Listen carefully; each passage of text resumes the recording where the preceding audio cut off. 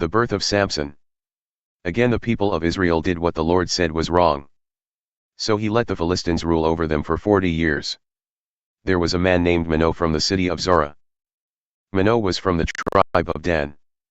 He had a wife, but she could not have children. The angel of the Lord appeared to Manoah's wife. He said, "You have not been able to have children.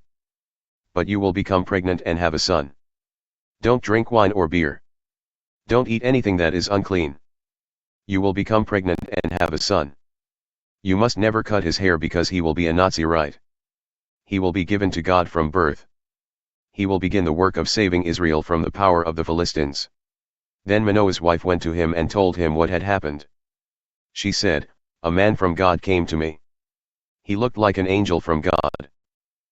His appearance was frightening. I didn't ask him where he was from. And he didn't tell me his name. But he said to me, 'You will be pregnant and will have a son. Don't drink wine or beer. Don't eat anything that is unclean. The reason is that the boy will be a Nazirite to God. He will be that from his birth until the day of his death.'" Then Manoah said a prayer to the Lord, "Lord, I beg you to let the man of God come to us again. Let him teach us what we should do for the boy who will be born to us." God heard Manoah's prayer. The angel of God came to Manoah's wife again. This was while she was sitting in a field. But her husband Manoah was not with her. So she ran to tell him, "He is here. The man who appeared to me the other day is here." Manoah got up and followed his wife. When he came to the man, he said, "Are you the man who spoke to my wife?" The man said, "I am." So Manoah asked, "When what you say happens, what kind of life should the boy live? What should he do?" The angel of the Lord said, "Your wife must do everything I told her to do. She must not eat anything that grows on a grapevine. She must not drink any wine or beer. She must not eat anything that is unclean. She must do everything I have commanded her to do." Manoah said to the angel of the Lord, "We would like you to stay a while. We want to cook a young goat for you." The angel of the Lord answered, "Even if I stay a while, I would not eat your food. But if you want to prepare something, offer a burnt offering to the Lord." Manoah did not understand that the man was really the angel of the Lord. Then Manoah asked the angel of the Lord, "What is your name? We want to know. Then we may honor you when what you have said really happens." The angel of the Lord said, "Why do you ask my name? It is too wonderful for you to understand." Then Manoah sacrificed a young goat on a rock. He also offered some grain as a gift to the Lord. The Lord did an amazing thing. Manoah and his wife watched what happened. The flames went up to the sky from the altar. As the fire burned, the angel of the Lord went up to heaven in the fire. When Manoah and his wife saw that, they bowed face down on the ground. The angel of the Lord did not appear to them again. Then Manoah understood that the man was really the angel of the Lord. Manoah said, "We have seen God. Surely we will die because of this." But his wife said to him, "The Lord does not want to kill us. If he wanted to kill us, he would not have accepted our burnt offering or grain offering. He would not have shown us all these things. And he would not have told us all this." So the woman gave birth to a boy. She named him Samson. Samson grew, and the Lord blessed him. The Spirit of the Lord began to work in Samson. This was while he was in the city of Mahaneh Dan. It is between the cities of Zorah and Eshtaol. Samson's marriage. Samson went down to the city of Timnah. There he saw a young Philistine woman. When he returned home, he said to his father and mother, "I saw a Philistine woman in Timnah. I want you to get her for me. I want to marry her."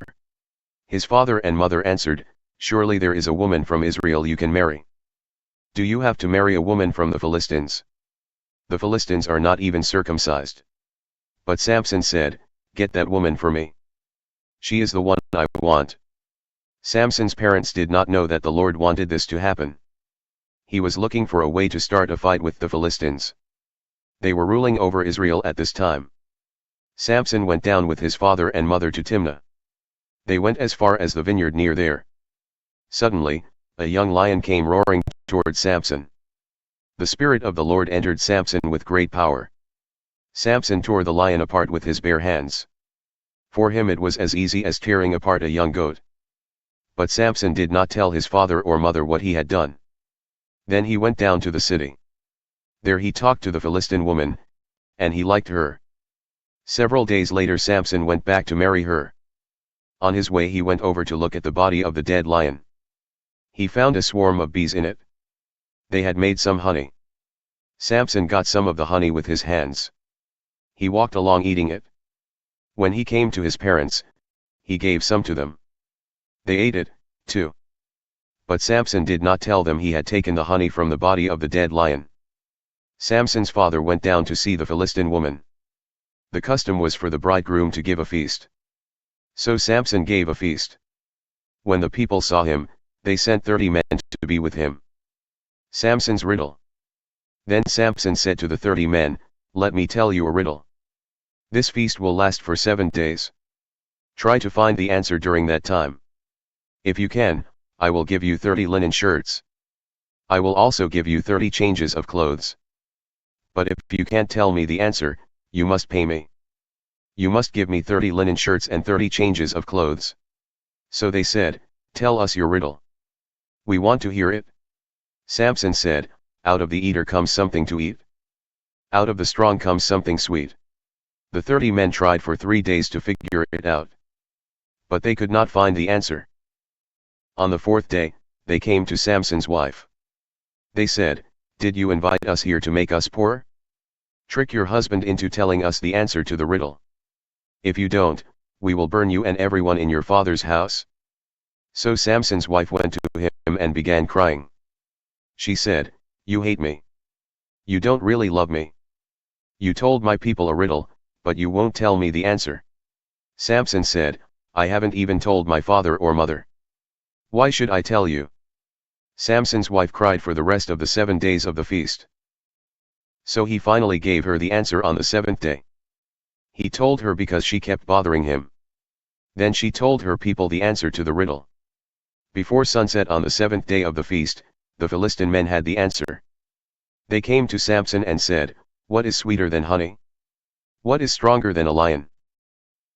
Then Samson said to them, "If you had not plowed with my little cow, you would not have solved my riddle." The Spirit of the Lord entered Samson and gave him great power. Samson went down to the city of Ashkelon. He killed 30 of their men and took all their clothes and property. He gave those clothes to the men who had answered his riddle. Then he went to his father's house very angry. And Samson's wife was given to his best man at the wedding. Samson troubles the Philistines.